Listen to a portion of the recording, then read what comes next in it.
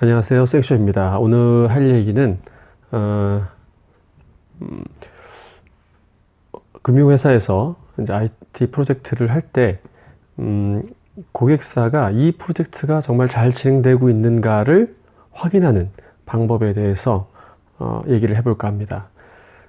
그 방법은 두 가지인데요. 하나는 보고라는 형태의 확인 방법이고, 두 번째는 감리라고 하는 부분입니다.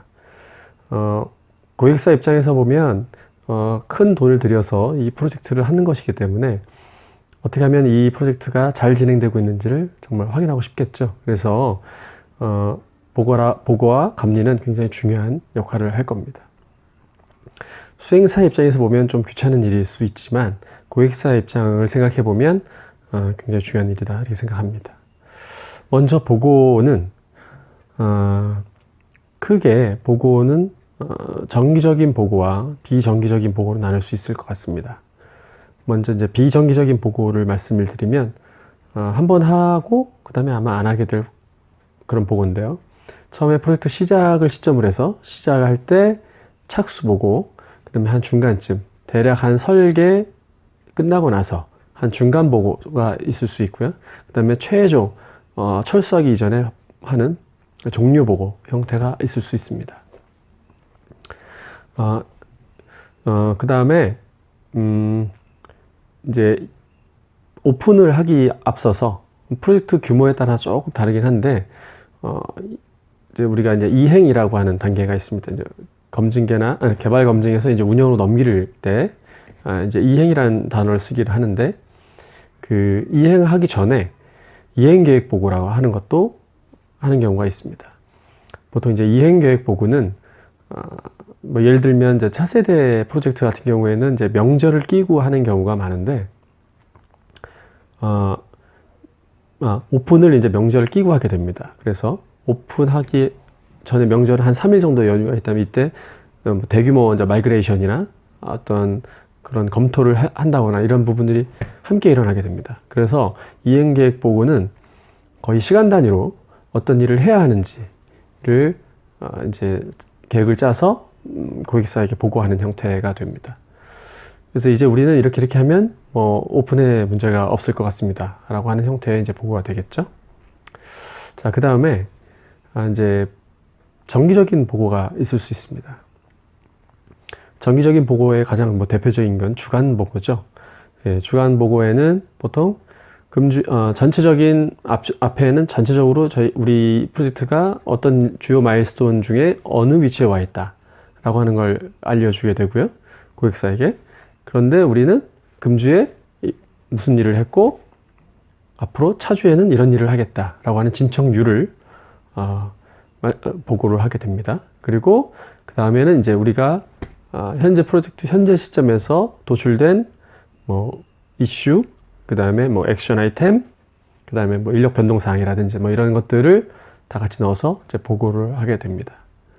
가장 대표적이겠죠.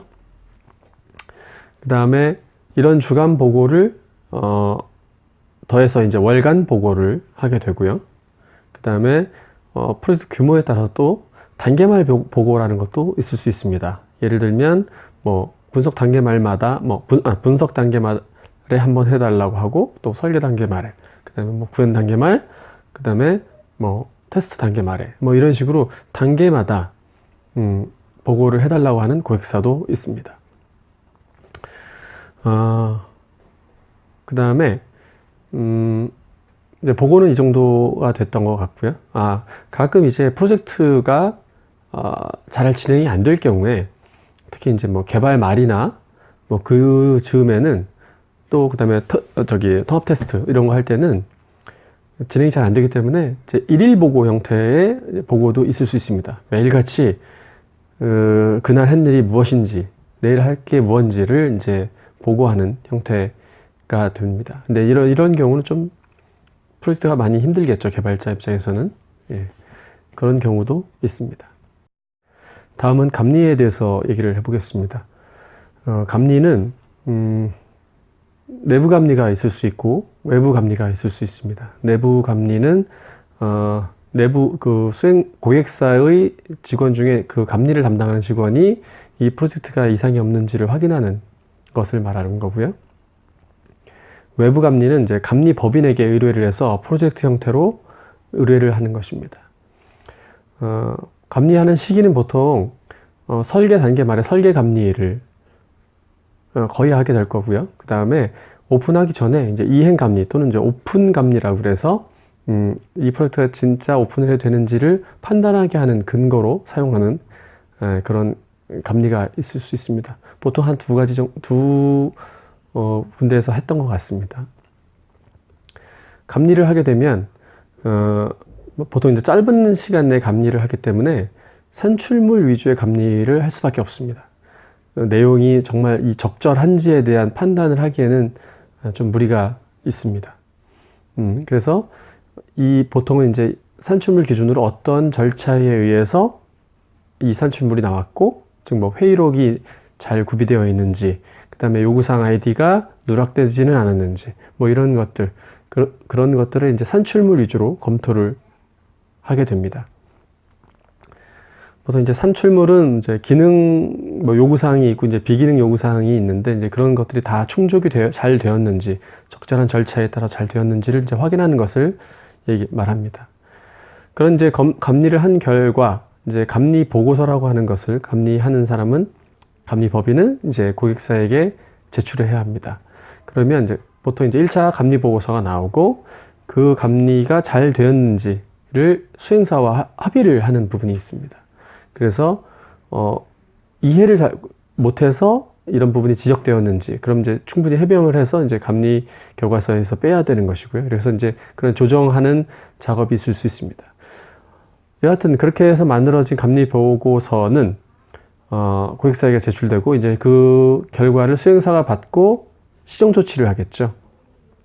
그래서 그런 시정 조치를 한 후에 다시 한번 확인을 거쳐서 최종적으로 최종 감리 결과서를 만들게 됩니다. 그래서 그 결과 보고서를 고객사에게 감리법인은 제출하는 형태가 됩니다. 그래서 이 감리 보고서는 어떻게 보면은 나중에 이제 대금 지급의 어떤 근거로 사용될 수도 있습니다. 그래서 되게 중요할 때도 있습니다. 이렇게 제가 한 두 가지 정도의 그 프로젝트 진행 확인을 하는 사항에 대해서 말씀을 드렸는데요. 이제 이런 앞서 말씀드렸다시피 이런 모든 것들이 다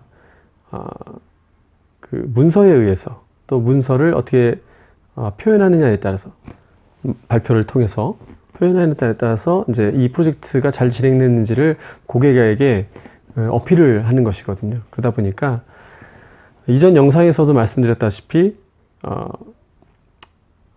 문서 작성 능력과 발표 능력이 이 프로젝트를 잘하는 어떤 이제 어필하는 것에 굉장히 중요한 요소로 작용할 수 있습니다. 그래서 틈틈이